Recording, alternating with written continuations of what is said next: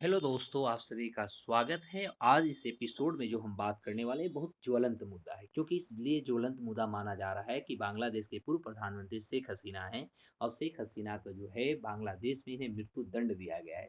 क्योंकि वे ट्राइब्यूनल जो खुद शेख हसीना के द्वारा उस ट्राइब्यूनल की स्थापना की गई थी और उसी ट्राइब्यूनल के माध्यम से अभी शेख हसीना को वहाँ मृत्यु दंड दी गई है।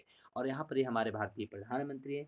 जहाँ पर पिछले साल जब बांग्लादेश में घटना घटती है तो बांग्लादेश के शेख हसीना जो है देश छोड़ करके कहीं न कहीं अपना जो सुरक्षा स्थान होता है, सुरक्षित स्थान को खोजती है। और इसी दौरान ये भारत को आती है, भारत में राजनीतिक शरण लेती है और भारत ने इसे राजनीतिक शरण दे चुका है। लेकिन अब प्रश्न होता है कि यदि बांग्लादेश के प्रधानमंत्री को यदि भारत मान के चलते हैं कि इन्हें प्रत्यार्पण नहीं करता है, क्योंकि भारत और बांग्लादेश में प्रत्यार्पण हमारी संधि भी हुई है। तो यदि भारत नहीं करता है या इनको नहीं भेजता है, तो आखिर क्या होगी? क्योंकि अभी भारत और बांग्लादेश के बीच में संबंध बहुत अच्छे नहीं है। फिर भी हमें ये चीज़ों को बहुत अच्छे से समझना होगा कि आखिर क्या है, प्रत्यार्पण संधि हमारी कब हुई, क्या है? और यदि भारत और बांग्लादेश के बीच इस तरह से स्थिति बनती है तो क्या होगी? जहाँ तक कि शेख हसीना ने स्पष्ट रूप से कहा है ये है कि इंटरनेशनल क्रिमिनल जो कोर्ट है वहाँ पर जब मामला जाएगा तभी जा कर के ये इसे सही मानेगी, क्योंकि ये मानती है कि राजनीति से प्रेरित इनको जो है दंड दिया जा रहा है। क्योंकि वहाँ पर जो बांग्लादेश के जो अंतरिम प्रधानमंत्री हैं, तो अंतरिम प्रधानमंत्री पे भी आरोप लगाए जा रहे हैं कि वह कहीं न कहीं राजनीतिक प्रभाव में आकर के इनके साथ जो है गलत करने की कोशिश कर रहे हैं। तो आज ये सारे एपिसोड को हम जानेंगे और भारत के साथ क्या प्रभाव होगा ये चीज़ों को जानेंगे। तो नमस्कार एक बार फिर और फिर आज हम बांग्लादेश और भारत के संबंधों पर चर्चा करेंगे। तो देखिए सबसे पहला एक-एक हम प्रश्नों पे चर्चा करेंगे और प्रश्नों के साथ हम जवाब देंगे। पहला क्वेश्चन है कि क्या बांग्लादेशी जो ट्राइब्यूनल का फैसला मानना भारत के लिए कानूनी मजबूरी है या नहीं? तो देखिए सबसे पहले तो ऐसा कुछ नहीं है, लेकिन भारत और बांग्लादेश के बीच में 2013 में प्रत्यर्पण संधि हुई थी, जिसमें दोनों देशों के बीच जो था आपराधिक लेन-देन का तय किया गया था। अब यहाँ पर आपराधिक लेन-देन का जो प्रत्यार्पण की बात हुई है, इसमें कुछ पॉइंट्स आपको समझना चाहिए। जैसे अगर ऐसा कृत्य हुआ है, जिससे दोनों देशों में अपराध उसको माना जाता है, तो दोनों देश एक-दूसरे को प्रत्यार्पण करेंगे। दूसरा है कि ऐसा अपराध जिसके लिए कम से कम 1 साल की सज़ा यदि मिलती है, तो ऐसे परिस्थिति में जो होगा, ये प्रत्यार्पण की बात करेंगे। और तीसरा सबसे महत्वपूर्ण बात होता है कि अपराध की कोशिश या मदद और उकसाने में यदि कोई शामिल है तो ऐसी स्थिति पर जो होगा प्रत्यार्पण किए जाएँगे। लेकिन सबसे महत्वपूर्ण बात उससे भी बड़ा महत्वपूर्ण बात ये होती है कि 2016 में जो है इसमें संशोधन किया गया और संशोधन करके और इसे आसान बनाई गई। जहाँ तक कि इसका यदि ये प्रत्यारोपण संधि के आर्टिकल 10 पढ़िएगा, तो यहाँ पर बताया जाता है कि पुख्ता सबूत ज़रूरी नहीं है, अगर रिक्वेस्ट करने वाले देश की सक्षम अदालत अरेस्ट वारंट जारी कर देती है, तो प्रत्यार्पण की प्रक्रिया शुरू कर देना होगा, ये काफ़ी माना जाएगा। लेकिन 1975 में हुई शेख मुजीबुर रहमान जो शेख हसीना के पिताजी थे, इनकी हत्या हुई थी और हत्या में शामिल 2 दोषियों को 2020 में भारत जो है बांग्लादेश को प्रत्यार्पण किया था, यानी भारत ने उन्हें सौंप भी दिया है। अब होता है कि इस आधार पे यदि हम बात करें, तो दिसंबर यदि देखिएगा तो दिसंबर 2024 में बांग्लादेश की अंतरिम सरकार ने भारत सरकार को एक वर्बल नोटिस भेजा था, जिसमें शेख हसीना को जुडिशियल ट्रायल के लिए बांग्लादेश वापस भेजने की मांग किया था। इसके बाद 9 जुलाई 2025 को एक बार फिर यूनुस जो हैं वहाँ के जो अंतरिम प्रधानमंत्री हैं, उन्होंने भारत से शेख हसीना को वापस भेजने की उन्होंने मांग किया।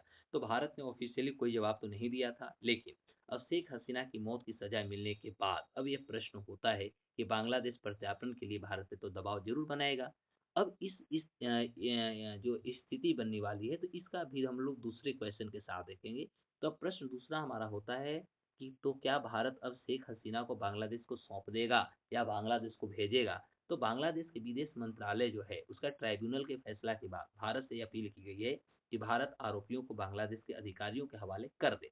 वहीं प्रत्यार्पण संधि के हिसाब से यदि देखा जाए, तो यह भारत के लिए एक अनिवार्य जिम्मेवारी भी माना जाता है, क्योंकि दोनों राष्ट्र हैं, दोनों की अपनी-अपनी एक संप्रभुता भी है। तो भारत के पूर्व डिप्लोमेट यदि अजय बिसारिया की बात करें, तो इन्होंने जो स्टेटमेंट जारी किया, इन्होंने कहा कि भारत किसी भी हाल में शेख हसीना को बांग्लादेश को नहीं लौटाएगा। कारण क्या है? तो भारत ने उन्हें राजनीतिक शरण दी है। ध्यान देंगे, भारत क्या है?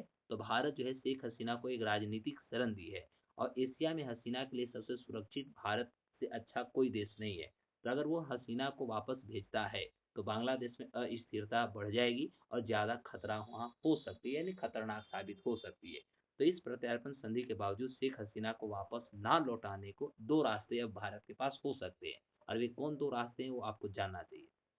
सबसे पहला तो होगा कि यदि हम बांग्लादेश की बात करें तो मुकदमा ईमानदारी से वहाँ नहीं चली है, ये स्पष्ट हो चुका है, क्योंकि राजनीति से प्रेरित कहीं न कहीं शेख हसीना को दंड दिया जा रहा है।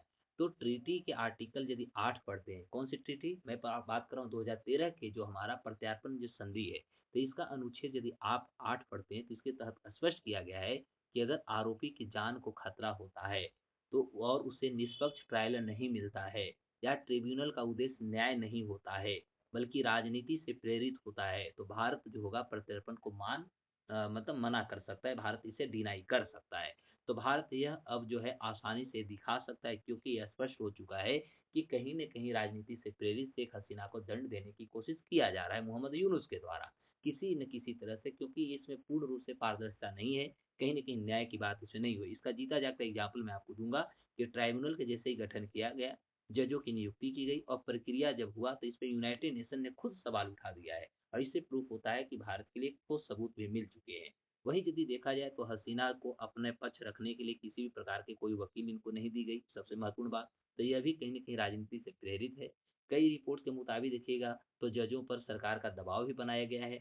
1400 मौतों की जाँच पर अंतर्राष्ट्रीय संगठन चिंता भी जता चुकी है। ये मुझे लगता है कि भारत को प्रत्यार्पण न करने के लिए काफ़ी इतना प्रूफ हो सकता है। और हसीना खुद लगातार पॉलिटिकल दबाव का वो जो है बदले की भावना को भी आरोप लगा रही है।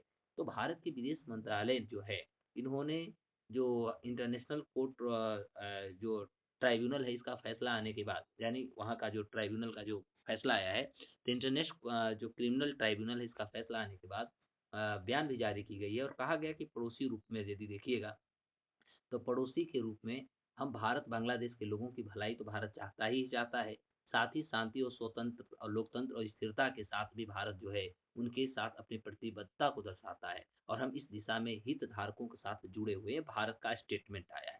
अब होता है हमारा तीसरा प्रश्न को आप लोग बढ़िया से समझिएगा। तो तीसरा है कि अगर भारत शेख हसीना को नहीं लौटाता है, लौटाने से मना करता, तो क्या होगा? तो देखिए, भारत और बांग्लादेश के बीच में अभी ऑलरेडी कोई बहुत बढ़िया संबंध नहीं है। बहुत ज़्यादा होगा तो क्या होगा? भारत और बांग्लादेश के बीच में और रिश्ता खराब होंगे, क्योंकि बांग्लादेश लगातार एक कह आ रहा है कि भारत हमारे ना जो न्यायिक फैसला है उसको सम्मान नहीं करता है। तो कूटनीतिक बयानबाजी भी बढ़ेगी और तनाव बढ़कर चीन और पाकिस्तान के पाले में कहीं न कहीं जो हमारा एक रणनीतिक जो शिफ्ट है ये पाकिस्तान और चीन की तरफ चला जाएगा। तो ये भारत के लिए भी कहीं न कहीं खतरनाक साबित तो हो ही सकती है। और इस महीने पाकिस्तान का युद्धपोत आपको भी पता होगा कि बांग्लादेश में पहुँच चुका था, है ना? तो चीन के साथ भी उसकी नज़दीकी कहीं न कहीं लगातार आप देख सकते हैं कि बढ़ते जा रहा है, और यह भारत के पूर्वोत्तर से यदि देखी जाए तो लेकर बंगाल की खाड़ी तक कहीं न कहीं असुरक्षा की भावना आ सकती है। तो विदेश मंत्रालय जो है या विदेश मामलों के जानकार जैसे प्रोफेसर राजकुमार जी हैं, उन्होंने बताया था कि बांग्लादेश में सत्ता पलट के बाद से वहाँ कट्टरपंथी ताकत प्रभाव में बढ़ गए हैं, और जो कि पाकिस्तान से हमदर्दी रखते हैं। शेख हसीना को पनाह देने की वजह से वहाँ एंटी इंडिया सेगमेंट भी बढ़ता है, तो जिसका सीधा असर जो है भारत के बॉर्डर इलाकों पर पड़ेगी, और शांति और स्थिरता की जो स्थिति होगी इस पे भी इसका नकारात्मक प्रभाव पड़ेगा। अब होता है कि यदि इस गतिविधियों को यदि हम बात करें, तो हमारे पास एक चौथा क्वेश्चन ये होता है कि बांग्लादेश लौटाने लौटने के बाद आखिर शेख हसीना क्या संकेत दे रही है? यदि शेख हसीना की, क्योंकि शेख हसीना भी प्रेस कॉन्फ्रेंस इन्होंने की है और बांग्लादेश लौटने के सवाल पर इन्होंने अपना खुल करके इन्होंने अपना जो जवाब था इनका, जो कहेंगे जो इनका दावा था, इन्होंने दावा को रखा है। तो शेख हसीना अगस्त 2024 में जो है बांग्लादेश छोड़ करके भारत आई थी, और उनका कहना है कि हिंसक भीड़ जो था प्रधानमंत्री आवास में घुस गई थी और उन्हें जान का खतरा था, और यही कारण था कि उन्होंने भारत को या अपना देश छोड़ करके इन्होंने भाग आए। तो अब होता है इंटरनेशनल जो क्रिमिनल कोर्ट का जो आया है, तो इस पे उन्होंने कहा कि इंटरनेशनल क्रिमिनल कोर्ट का जो ट्रायल है ये एक झूठा तमाशा है, ये शेख हसीना जी ने कही है। क्योंकि शेख हसीना का ही हम स्टेटमेंट आपको सुना रहे हैं, इसमें हम कोई अपने तरफ से नहीं बताएंगे। तो हसीना ने अपने ऊपर लगे सभी आरोप को उन्होंने सिरे से खारिज कर दिया और कहा कि सारे राजनीतिक प्रभाव से लाए गए हैं, और इंटरनेशनल क्रिमिनल कोर्ट के बारे में उन्होंने कहा कि ये कंगारू ट्रिब्यूनल है जिसे मेरे विरोधी चला रहे हैं। बहुत अच्छी बात है। दूसरी महत्वपूर्ण बात यदि देखें तो उन्होंने कार्रवाई को राजनीतिक का बदला भी कहा है, और मेरे खिलाफ जो भी मुकदमा चलाए जा रहे हैं कहीं न कहीं झूठा तमाशा है, ये शेख हसीना ने कहा। यह पूरी तरह से राजनीतिक बदले की कार्रवाई है, और मैं ट्रायल में तो अपनी सफाई पेश कर ही सकती हूँ, न कि और न ही अपने वकील की नियुक्ति कर सकती, ठीक है? यानी उन्होंने कहा कि ठीक है, आपने ट्रायल किया तो ट्रायल में हमको तो भी बुलाए हो, हमको तो बताए होते, तो मेरी पारदर्शिता कुछ नहीं हुई है और हमें डायरेक्ट ये कहा गया। तो ट्राइब्यूनल का फैसला आने से पहले यदि देखिएगा तो शेख हसीना का एक ऑडियो संदेश जारी हुआ था और उसमें वो कह रहे थे कि मेरी ज़िंदगी अल्लाह ने दी है और वही उसे ले सकते हैं, यानी किसी को मेरी ज़िंदगी लेने की ज़रूरत नहीं है। वहीं यदि आईसीसी में बात किया जाए तो इंटरनेशनल क्रिमिनल जो कोर्ट ऑफ जस्टिस जो होता है, इंटरनेशनल क्रिमिनल कोर्ट जो होता है, में केस चलाना हो तो चलाओ मैं तैयार हूँ, ये शेख हसीना कह रही है। क्योंकि शेख हसीना जो है यूनुस सरकार से कहा था कि सरकार सच में ईमानदार यदि है, तो मुझे इंटरनेशनल क्रिमिनल कोर्ट में यानी आईसीसी में केस करे और हम उसकी सामना करूँगा। उसके बाद इनका एक और स्टेटमेंट आता है कि लौटूँगी हम बांग्लादेश, तभी जब वहाँ लोकतंत्र लौटेगा। यानी शेख हसीना ने भी कहा कि बांग्लादेश में लोकतंत्र कहीं न कहीं पूरा पूरा नस्तानाबूद हो चुका है, लेकिन कुछ उन्होंने शर्त रखी। जैसे बांग्लादेश में चुनाव निष्पक्ष यदि होता है, अवामी लीग पर बैन यदि हट जाते हैं, राजनीतिक बदले की कार्रवाई यदि बंद हो जाता है, तो ये बांग्लादेश लौट जाएँगी। इसके अलावा उन्होंने ये भी कहा था कि अगर चुनाव में उनकी पार्टी को शामिल नहीं किया गया, तो बांग्लादेश नहीं लौटेगी, फिर चाहे किसी भी स्थिति को क्यों नहीं सामना करना पड़े, सरकार जो चाहे वो कर सकती है। तो ये भी इनका कहना था। अब होता है 5वां क्वेश्चन जो सबसे इम्पोर्टेंट रहेगा। तो हसीना को आखिर किन आरोपों में सज़ा मिली है, ये सभी लोग को जानने की बहुत जो है इच्छा है। तो हम आपको बता दूँ कि शेख हसीना पर 5 आरोप लगाए गए हैं। पहला है कि इन्होंने भड़काऊ भाषण देना, इनके लिए कहा गया है कि शेख हसीना जो है भड़काऊ भाषण देती थी। प्रदर्शनकारियों को दबाने और ख़त्म करने के लिए इन्होंने घातक हथियारों का इस्तेमाल भी कर चुकी हैं। तीसरा इन पे आरोप है वह है कि रंगपुर में बेगम रोकेया विश्वविद्यालय जो है, रंगपुर में जो बेगम रोकेया जो विश्वविद्यालय है, उनके छात्र अबू सईद को इन्होंने गोली मरवा दिया था। और चौथा इसमें है कि ढाका के चंखर पुल क्षेत्र में 6 प्रदर्शनकारियों को इन्होंने गोली मरवाई है। और 5वां है कि असुलिया में 6 लोगों को इन्होंने जलाकर मार डाला था। तो इस तरह से 5 आरोप जो है शेख हसीना पर लगाई गई है और इसी 5 आरोप के तहत इन्हें अभी फांसी की सजा दी गई। तो डेली स्टार की रिपोर्ट के अनुसार हम कहेंगे कि शेख हसीना को सभी आरोपों में कहीं न कहीं दोषी ठहराया गया है। पिछले यदि 5 साल या पिछले हम ब साल की बात करें तो 5 अगस्त को जो चंखरपुर में जो 6 निहत्थे प्रदर्शनकारियों को जो गोली मारकर हत्या की गई थी, उस मामले में धारा 4 के तहत इनको मृत्युदंड दिया गया। ध्यान देंगे, उसी के धारा 4 के तहत इनको मृत्युदंड दी गई है। तो ट्राइब्यूनल ने दूसरे आरोपी पूर्व गृह मंत्री हैं